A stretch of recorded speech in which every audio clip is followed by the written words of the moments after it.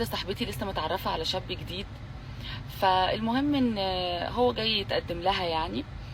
فقالت لي شاهي، انا عايزه اعرف المفروض ايه يتقال في اول قعده، ايه اللي المفروض يتفقوا عليه من الطلبات والحاجات من دي. فقلت لها والله العظيم انت انا ما اعرفش. فقالت لي ازاي ما تعرفيش مش انت متجوزه؟ قلت لها انا متجوزه بس انا يعني جوازتي كانت مختلفه شويه. فجالها الفضول انها تعرف انا جوازتي كانت مختلفه ازاي.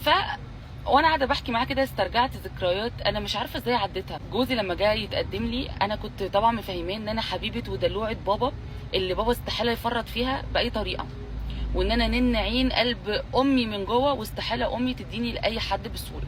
يعني لازم يتحروا عنه كويس وهيطلبوا منه كتير لانه انا المدلله. فانا جوزي لما جاء اول قعده خالص بابايا بيساله انت، يعني هو عارف ان هو طالب يعني معايا في الكليه، فبيساله انت ايه خطتك في الحياه ومش عارفه ايه وبتاع، وما طلبش انه يعرف عنه اي حاجه غير طموحه في الوقت ده في اول مقابله يعني. ومامتي برضو ما كانتش مهتمه باي ماديات خالص، وكان الموضوع ده يعني موترني انا شخصيا. وبعدين عدت اول قعده من غير ما اهلي يطلبوا اي حاجه ولا يتفقوا على اي حاجه خالص.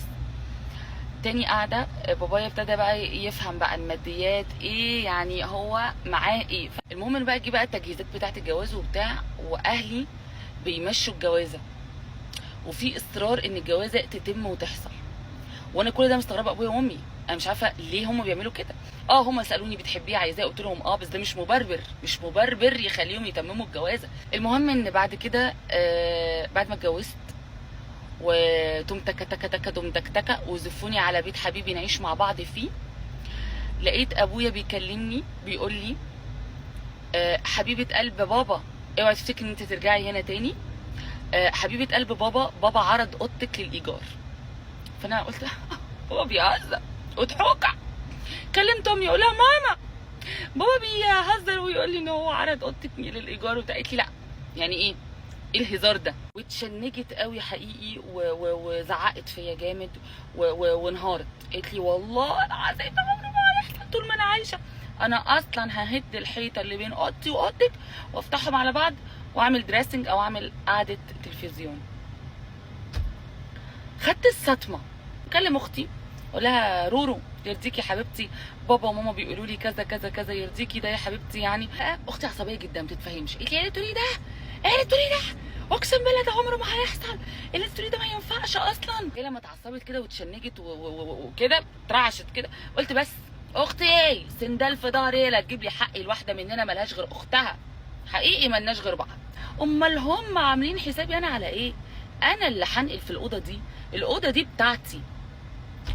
ومن هنا سيداتي سادتي انساتي سادتي، عرفت ان كان الهدف من اتمام جوازتي على خير الحمد لله. يعني ما كانش الهدف منها هو الحب والحنان والعطاء والعطف من ابويا وامي قد ما هو كان طمع في اوضتي. بعدين من ساعه ما اتجوزت ما بقتش اوضتي، بقى بيتقال عليها الاوضه اللي في النص عشان هي ما بين اوضتين، يعني الاوضه اللي في النص.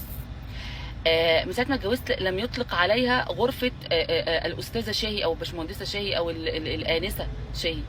في الاخر حبيبتي احب اقول لك ان لما بيجي الراجل يتقدم بجد بقى، يعني ما بيبقاش الهدف هو هيجيب ايه وايه الاتفاقيات اللي هتتم الماديه في المقابله.